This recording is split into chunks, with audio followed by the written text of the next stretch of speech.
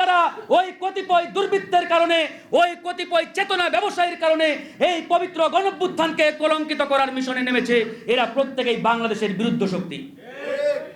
আমরা স্পষ্ট করে বলতে চাই, এই জুলাই গণঅভ্যুত্থানের একক কোনো নায়ক নেই। এই জুলাই গণঅভ্যুত্থানে একক কোনো সংগঠন কিংবা রাজনৈতিক দল নেতৃত্ব দেয় নাই। এই জুলাই গণঅভ্যুত্থানে নেতৃত্ব দিয়েছে এদেশের 18 কোটি মানুষ। এদেশের কৃষক, শ্রমিক, ছাত্র জনতার নেতৃত্বে এই জুলাই গণঅভ্যুত্থান হয়েছে।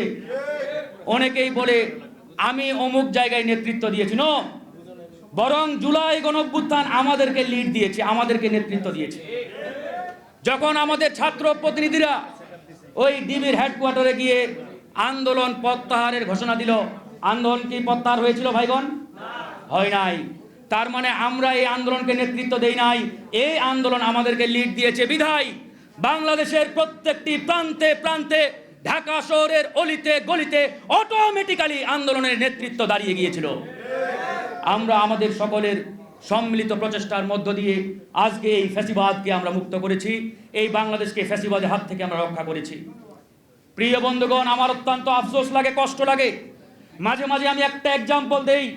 1971 সালের যে মহান মুক্তিযুদ্ধ, এই মহান মুক্তিযুদ্ধের পরেও এক শ্রেণীর চেতনাবাজ ব্যবসায়ীর আবির্ভাব হয়েছিল, যারা মুক্তিযুদ্ধের চেতনাকে বিক্রি করে অনেকেই হয়েছিল আঙ্গুল ফুলে কলা গাছ, কেউ বা হয়েছিল আঙ্গুল ফুলে বট গাছ।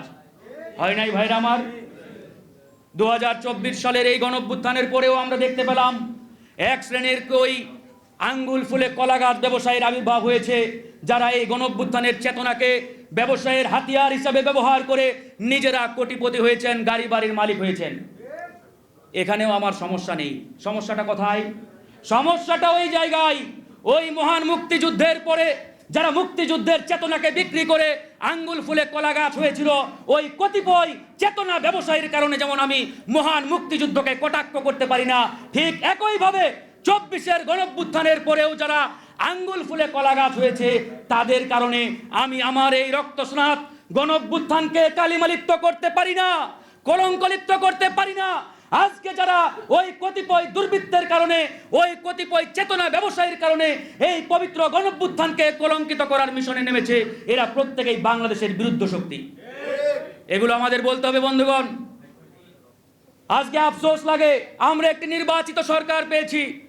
আমাদের প্রত্যাশা ছিল এই নির্বাচিত সরকারের আমলে জুলাই গণঅভ্যুত্থানকে যথাযথ মর্যাদা দেওয়া হবে, জুলাই গণঅভ্যুত্থানকে যথাযথ মর্যাদায় পালিত করা হবে, এবং যারা এই জুলাই গণঅভ্যুত্থানকে নিয়ে ধৃষ্টতা দেখানোর চেষ্টা করবে, তাদের বিরুদ্ধে বর্তমান সরকার এবং সরকারের দায়িত্বশীলরা কঠোর হস্তে অ্যাকশন নেবেন। কিন্তু অত্যন্ত আফসোস, গত 3 দিন ধরে দেখতেছি এই প্রেস ক্লাবের সামনে এই জুলাইকে কালো অধ্যায় হিসাবে বিক্ষোভ করা হচ্ছে। তারা কারা? পুলিশ বাহিনী দেখতে পাচ্ছে না? এই যে গোয়েন্দা ভাইরা এখানেও রয়েছেন, আপনারা জানেন না তারা কারা? সরকারের কাছে রিপোর্ট পাঠান, ছবি ভিডিও পাঠান। এরা কারা? এই জুলাই গণঅভ্যুত্থানকে যারা কালো অধ্যায় হিসাবে জনগণের সামনে আবারও তুলে ধরার চেষ্টা করছে।